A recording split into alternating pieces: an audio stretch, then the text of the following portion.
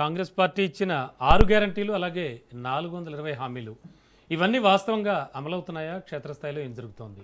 ఈ విషయానికి సంబంధించి మనం మాట్లాడుతూ ఉన్నాం. మనోజ్ గారు, ఓవరాల్గా చూస్తే కనుక ఇప్పుడు టీఆర్ఎస్ పార్టీ నుంచి వచ్చారు, స్పోక్స్ పర్సన్గా ఉన్నారు. అండ్ మీ పోరాటం ఎవరి మీద సరే, ఆ విషయం పక్కన పెడితే ఇప్పుడున్న ప్రభుత్వం ఇచ్చినటువంటి హామీలు కావచ్చు, అలాగే వాళ్ళు చెప్పిన వాగ్దానాలు ఇవన్నీ అమలవుతున్నాయా? ఈ ప్రభుత్వంతో ఏమైనా సమస్య ఉందా మీకు? ముందుగా మీకు ప్యానెల్ మెంబర్స్కి గుడ్ ఈవినింగ్. ఎస్, మా పోరాటం 3 జాతీయ పార్టీల మీద అని చాలాసార్లు కవితక్క గారు చెప్పారు.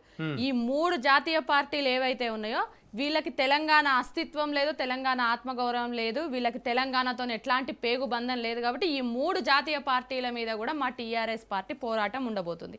ఇప్పుడున్న కాంగ్రెస్ పార్టీ మీద గత 2.5 సంవత్సరాలుగా కూడా మేము బలంగా కొట్లాడుతున్నాం. ప్రతి అంశం మీద కూడా మనం ఏది గురుకుల పాఠశాల విద్యార్థుల కోసం కొట్లాడింది మేమే, గ్రూప్ 1 విద్యార్థుల కోసం కొట్లాడింది మేమే, కామారెడ్డి డిక్లరేషన్, బీసీ డిక్లరేషన్ వీళ్ళు ఏదైతే ఇచ్చిండ్రో దానికోసం మేము గత 2.5 సంవత్సరాలుగా కూడా వీళ్ళది డిసెంబర్లో వీళ్ళ గవర్నమెంట్ ఫామ్ అయితే జనవరిలోనే యునైటెడ్ పూలే ఫ్రంట్ స్థాపించి కవితక్క గారు బీసీల కోసం 42% రిజర్వేషన్ మీరు ఏదైతే ఇస్తామని అన్నారో అమలు చేస్తామన్నారో అది ఇవ్వాలి అని మేము డెడికేటెడ్ కమిషన్కి కూడా మేము రిప్రజెంటేషన్ ఇవ్వడం జరిగింది. చాలా రౌండ్ టేబుల్ ప్రతి జిల్లాల వారీగా కూడా మేము రౌండ్ టేబుల్ సమావేశాలు నిర్వహించినాం.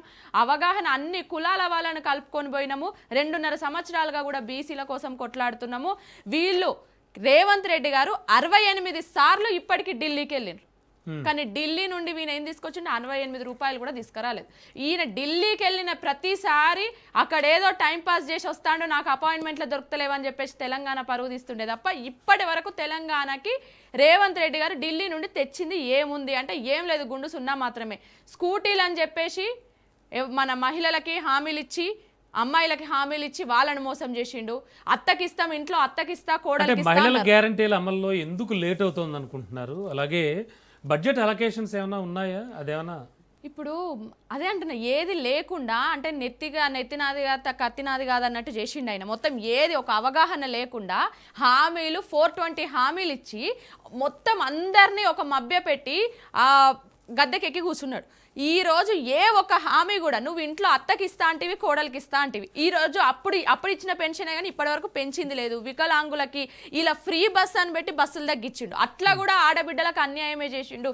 ఫ్రీ బస్సు పెట్టి కూడా ఆడబిడ్డలు వాళ్ళే కొట్టుకునేలాగా చేసిండ్రు. అక్కడ బస్సులు తగ్గించిండు. ఇట్లా ఏ విధంగా చూసినా కూడా ప్రతి ఒక్క వర్గాన్ని జాబ్ క్యాలెండర్ అని చెప్పేసి ఆ రోజు రాహుల్ గాంధీ గారు ఇక్కడికి వచ్చి కూర్చొని జాబ్ క్యాలెండర్ అని చెప్పేసి గొప్పలు చెప్పి ఈ రోజు గ్రూప్ 1 విద్యార్థులు కానీ నిరుద్యోగులు కానీ రోడ్లెక్కి అశోక్ నగర్ చౌరస్తాలలో నిరసన తెలుపుతుంటే వాళ్ళని కొడుతున్నారు.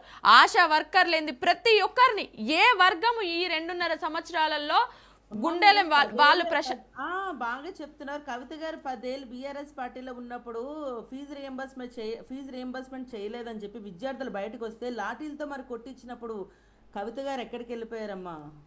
కవిత మీకు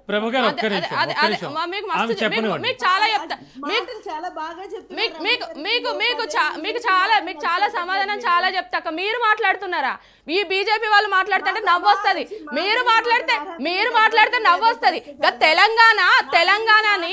తెలంగాణని ఒక కర్ణాటక ఎంపీ పట్టుకొని తెలంగాణని పట్టుకొని పాకిస్తాన్ తో పోలిస్తే మీరు అందరూ ఏడవేరు. బీజేపీ నాయకులు ఏడవేరు. మీరు మాట్లాడే నైతిక హక్కు లేదు. బీజేపీ వాళ్ళకి నైతిక హక్కే లేదు.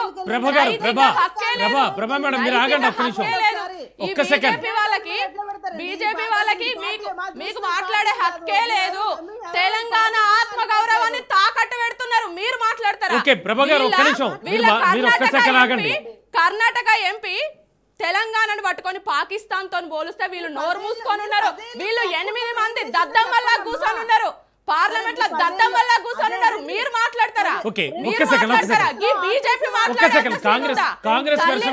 తల్లిని చంపి కంక్లూడ్ చేయని అన్నా, తల్లిని చంపి బిడ్డను తీసుకొచ్చినట్టు అన్నాడు వీళ్ళు మోడీ అట. నిజంగా వీళ్ళు పెట్టేది ఆగ్రహ సభనే. అదే అంటున్నా, రాసుకోవాలి. ఇదిగో పెన్ను పేపర్ పట్టుకొని రాసుకోవాలి. డిబేట్ వచ్చినప్పుడు మీ టైం వచ్చినప్పుడు మాట్లాడాలి. కామన్ సెన్స్ లేకుండా డిబేట్ లకు ఎందుకు వస్తారా? ఒక్క సెకండ్ పెన్ను పేపర్ పట్టుకొని రాసుకున్నా. ఇదేం డిబేట్? నువ్వు ఒక్క సెకండ్ డిబేట్ లకు వచ్చిండ్రా ప్రభ గారు ఒక్క నిమిషం లేకుండా ప్రభ గారు మీరు సెన్స్ లేకుండా రాసి పెట్టుకొని నీ టైం వచ్చినప్పుడు మాట్లాడాలి. నేను మాట్లాడుతుంటే మొదలు డిస్టర్బ్ చేయడం ఏంది? మీ బీజేపీ వాళ్ళు మాట్లాడేటోళ్ళైనా మీరు మాట్లాడేటోళ్ళైనా? అసలు మీరు తల్లిని చంపి బిడ్డను బ్రతికించిండ్రు అన్న మీ నిజంగా వీళ్ళు పెట్టేది ఆగ్రహ సభనే. తెలంగాణ ప్రజలు ఆగ్రహంగా ఉన్నారు. తంతర్ పట్టుకొని తెలంగాణని పాకిస్తాన్ తో పోల్చిండ్రు. మీ అగ్ర నాయకులు వస్తే తంతర్ పట్టుకొని తెలంగాణ బిడ్డలు ఏం నాటకాలా? కనీసం లిక్కర్ రాలంటే పనులు రాలగొడతాం, ఊరుకోం ఎవరిని. మర్యాదగా ఉండదు చెప్తున్నా. మర్యాదగా ఉండదు. తెలివి ఉంటే కామన్ సెన్స్ ఉంటే రాసి పెట్టుకోవాలి. లిక్కర్ రాని అని ఇప్పటి నుండి ఎవరైనా మాట్లాడితే పళ్ళు రాలగొడతాం. ఇన్ని రోజులాగా ఊరుకోం. అది హైకోర్టులో ఉంది. హైకోర్టులో ఉన్న అంశం గురించి ఎట్లా మాట్లాడతారు? ఇదా డిబేట్? ఇవన్నీ కాదు. మీరు ఇప్పుడు కాంగ్రెస్ పార్టీ గురించి మధ్యలో ఎందుకు మాట్లాడింది? సబ్జెక్ట్ తెలియదు, ఏం తెలియదు, వచ్చి కూర్చుంటారు. ఒక్క నిమిషం ప్రభు గారు, పక్క దేశాల మీద సీజ్ ఫైర్ ప్రభు గారు మీరు ఒక్క నిమిషం సైలెంట్ గా ఉండండి. బిడ్డల్ని కాల్చి చంపుతారు. మీరు మధ్యలో మాట్లాడద్దు. ఒక్క నిమిషం మీరు చెప్పండి. మీరు ఇది కంక్లూడ్ చేయండి. కాంగ్రెస్ వెర్షన్ తీసుకోవాలి. నేను కాంగ్రెస్ వర్షన్, నేను కాంగ్రెస్ మీదనే మాట్లాడుతున్నా. మనకేదైనా డిబేట్ లో మనకేదైనా అబ్జెక్షన్స్ ఉంటే అన్న రాసుకోవాలి, పెన్ను పేపర్ పట్టుకొని వాళ్ళ టైం వచ్చినప్పుడు మాట్లాడాలి. అంతే తప్ప అనవసరమైన విషయాలు మాట్లాడద్దు. బీజేపీ గురించి నేను మాట్లాడాలంటే పరాయి దేశాల మీద వీళ్ళు సీజ్ ఫైర్ ఇచ్చి ఈ బిడ్డల్ని వీళ్ళు కాల్చి చంపుతారు. వీళ్ళ అన్న వీళ్ళు పెట్టేది నిజంగా కూడా ఆగ్రహ సభనే. ఎందుకంటే తెలంగాణ ప్రజలు ఆగ్రహంతో ఉన్నారు. పాకిస్తాన్ తో పోల్చినందుకు ఆగ్రహం. మాట వెనక్కి తీసుకోవాలి. లిక్కర్ రాని అంటే మాత్రం ఊరుకునేది బాగా ఎక్కువైపోతుంది. మీరు చెప్పండి. ఆరు వాళ్ళు ఏవైతే 6 గ్యారంటీలు ఇచ్చిండ్రో అవేవి కూడా వాళ్ళు ఇంప్లిమెంట్ చేయలేదు. 420 హామీలు ఇచ్చి గద్దెకెక్కి కూర్చున్నారే తప్ప 420 హామీలలో వీళ్ళు ఒక ఫ్రీ బస్సు తీసుకొచ్చి కూడా ఆడబిడ్డల్ని కొట్లాట పెట్టించిరే, బస్సులు తగ్గించిరే తప్ప వీళ్ళు చేసింది ఏమీ లేదు. మేము ఆ విధంగానే 2.5 సంవత్సరాలుగా ప్రధాన ప్రతిపక్ష పాత్ర తెలంగాణ జాగృతి తీసుకొని అప్పటి నుండి ఇప్పటి వరకు మేము పోరాడుతున్నాం. వీళ్ళు వెలుగు మట్లాకి విజిటింగ్ ప్లేస్ లకు వెళ్ళినట్టు మిగతా పార్టీలన్నీ విజిట్ చేసి వస్తే కవితక్క గారు మాత్రం కూర్చొని ఆడ నిరాహార దీక్ష 411 మందికి ఇల్లు ఇప్పించారు.